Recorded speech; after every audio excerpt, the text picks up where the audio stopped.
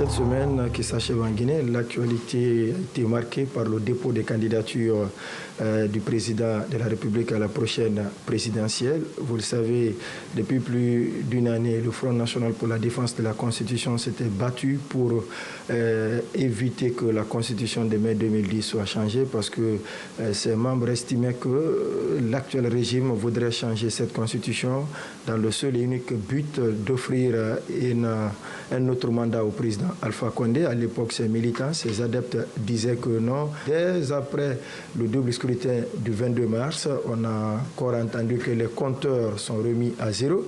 Donc on pourrait dire que l'objectif, c'était uniquement pour qu'Alpha Condé puisse s'offrir un autre mandat.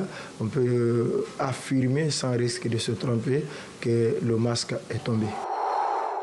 Le personnage qui a marqué cette semaine l'actualité en Guinée, c'est bien le Kontigi ou le Kontigi controversé de la Basse-Guinée. Le premier, c'est bien El Hadj Mamadou Souma. Il fait partie des autres sages qui s'étaient dressés contre le changement de la Constitution. Et cette semaine, l'autre Kontigi, le président de la coordination de Ali Poular et des Fulbe, s'était rencontré à son domicile de Tanene.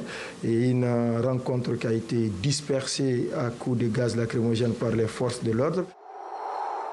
L'actualité de la semaine à venir pourrait être marquée par cette autre situation politique, c'est le possible dépôt des candidatures du président de l'UFDG à cette élection présidentielle.